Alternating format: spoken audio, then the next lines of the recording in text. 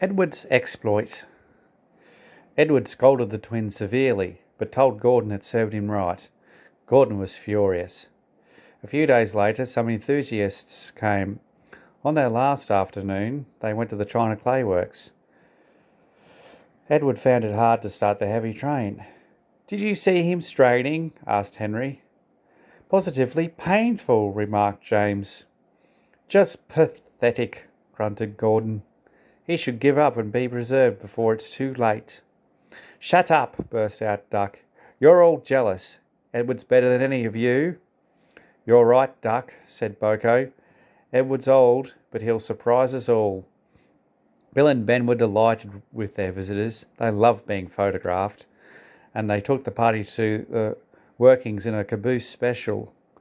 On the way home, however, the weather changed. Wind and rain buffeted Edward. His sanding gear failed, his wheels slipped, and his fireman rode in front, dropping sand on the rails by hand. "Come on, come on, come on," panted Edward breathlessly. "This is dreadful."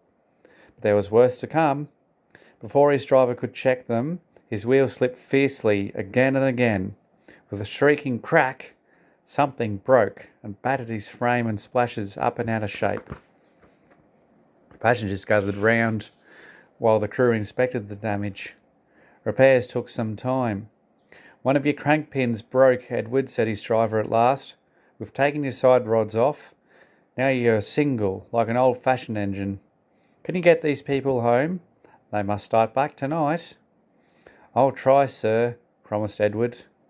They backed down to where the line was more nearly level. Edward puffed and pulled his hardest, but his wheels kept slipping and he just could not start the heavy train. The passengers were getting anxious. Driver, fireman and conductor went along the train, making adjustments between the coaches. "We've loosened the couplings, Edward," he said. "Now you can pick up your coaches one by one, just as you do with freight cars." "That will be much easier," said Edward gratefully. So with the fireman standing carefully in front, the driver gently opened the regulator. "Come on," puffed Edward. He moved cautiously forward, ready to take the strain as his tender coupling tightened against the weight of the first coach. The first coach moving helped to start the second helped the third, and so on down the train. "I've done it! I've done it!" puffed Edward, his wheels spinning with excitement.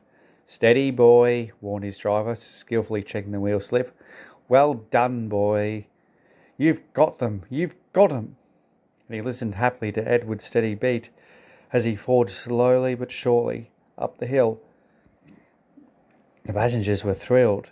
Most had their heads out the windows. They waved and shouted, cheering Edward on. Sir Topham Hatt paced the platform. Henry, with the special train, waited anxiously too. They heard a peep beep. Then, battered, weary but unbeaten, Edward steamed in. Sir Topham Hatt stepped angrily forward. He pointed to the clock. But excited passengers swept him aside. They cheered Edward, his driver, and fireman to the Echo, before rushing off to get in Henry's train.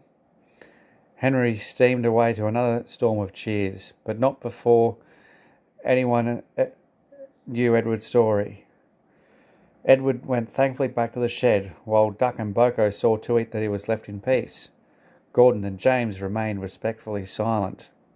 Sir Topham Hatt asked Boko to look after Edward's line while he was being mended.